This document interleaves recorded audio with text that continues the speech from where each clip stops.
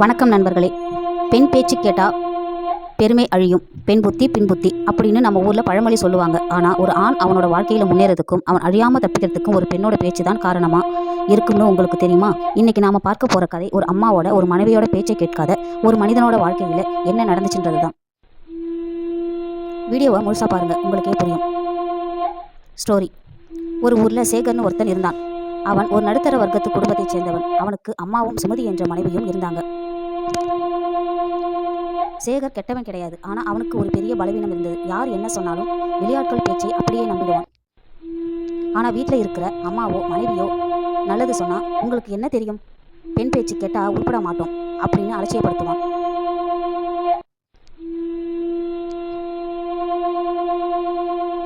சேகர் ஒரு சின்ன மளிகை கடை வச்சு நடத்திட்டு வந்தான். அதில் வர வருமானத்தை வச்சு குடும்பம் நல்லபடியாக போயிட்டு இருந்தது.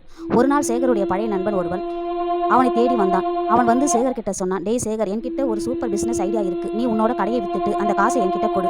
நாம் 2 பேரும் சேர்ந்து ஒரு பெரிய ரியல் எஸ்டேட் பிஸ்னஸ் பண்ணலாம்.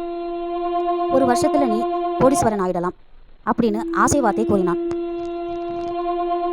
இதை கேட்ட சேகர் அந்த நண்பன் பேச்சை நம்பி கடையை விற்க முடிவு செஞ்சான்.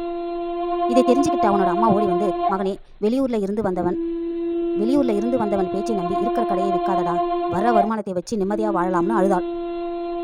அவனோட மனைவி சுமதியும்,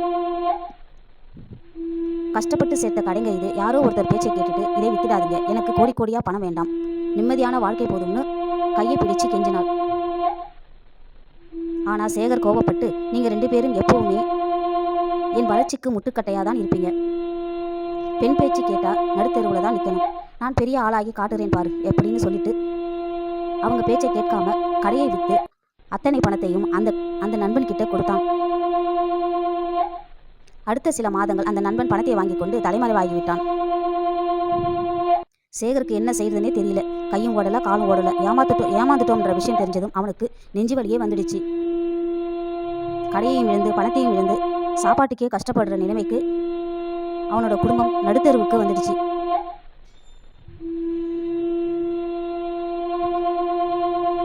அன்னைக்கு அவங்க பேச்சை கேட்காம போயிட்டேனே அப்படின்னு சேகர் வீட்டு திண்ணையில் உட்காந்து தலையில கை வச்சு அழுதுட்டு இருந்தான். அவனால அவங்க அம்மா மற்றும் மனைவி முகத்தை கூட பார்க்க முடியல. அவமானம் அவனை கொன்றது. அப்போ அவனோட மனைவி சுமதி உள்ளே இருந்து வந்தாள். அவ கையில் ஒரு சின்ன பாக்ஸ் இருந்தது. அது சேகர் கிட்ட கொடுத்து, இங்க பாருங்க, அன்னைக்கு நீங்க கோவப்பட்டு கடையை வித்தப்பவே எனக்கு ஏதோ தப்பா தோணுச்சு. அதான் நீங்க பணத்தை அவன்கிட்ட கொடுக்கறதுக்கு முன்னாடி அதுல இருந்து ஒரு சின்ன பகுதியை எடுத்து எனக்கு தெரிஞ்ச ஒரு தங்க நகை சீட்டுல போட்டு வச்சேன். அது மட்டும் இல்லாமல் என் தாலி கொடியை தவிர மற்ற நகைகளையும் பத்திரப்படுத்தி வச்சிருக்கேன். இதை வச்சு நாம மறுபடியும் ஒரு சின்ன கடையை ஆரம்பிக்கலாம். நீங்க கவலைப்படாதீங்க, நான் உங்க கூட இருக்கேன் அப்படின்னு புன்னகையோடு சொன்னாள். அதை பார்த்ததும் சேகருக்கு அழுகை முட்டிக்கிட்டு வந்தது. அவளோட கைகளை பிடிச்சிக்கிட்டு, என்னை மன்னிச்சிடு சுமதி, பெண் பேச்சு பின் புத்தின்னு உங்களை கேலி செஞ்சேன்.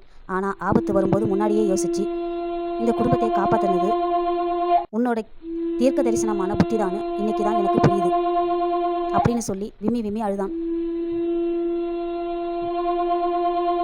வீடியோ முடிவுரை. பார்த்தீங்களா நண்பர்களே, பல நேரங்களில் ஆண்கள் அவசரப்பட்டு ஈகோ காரணமாக எடுக்கிற தப்பான முடிவுகளை பெண்களோட நிதானமான பேச்சும் புத்தியும் தான் காப்பாற்றுது. பெண் பேச்சு கேட்டா பெருமை அழியாது, மாறாக குடும்பம் அழியாமல் காப்பாற்றப்படும்.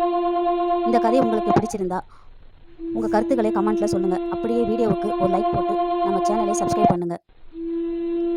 நன்றி, வணக்கம்.